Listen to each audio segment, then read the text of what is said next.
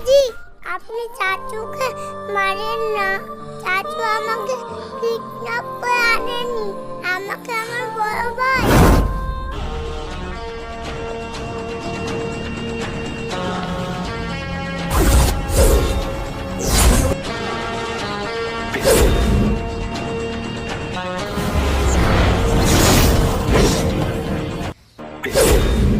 তাই নাকি বাপ? গৌরী, শিগগির আমার বড় ছেলেকে সারা জীবনকার মতন কালকুচিতে বন্দি করো।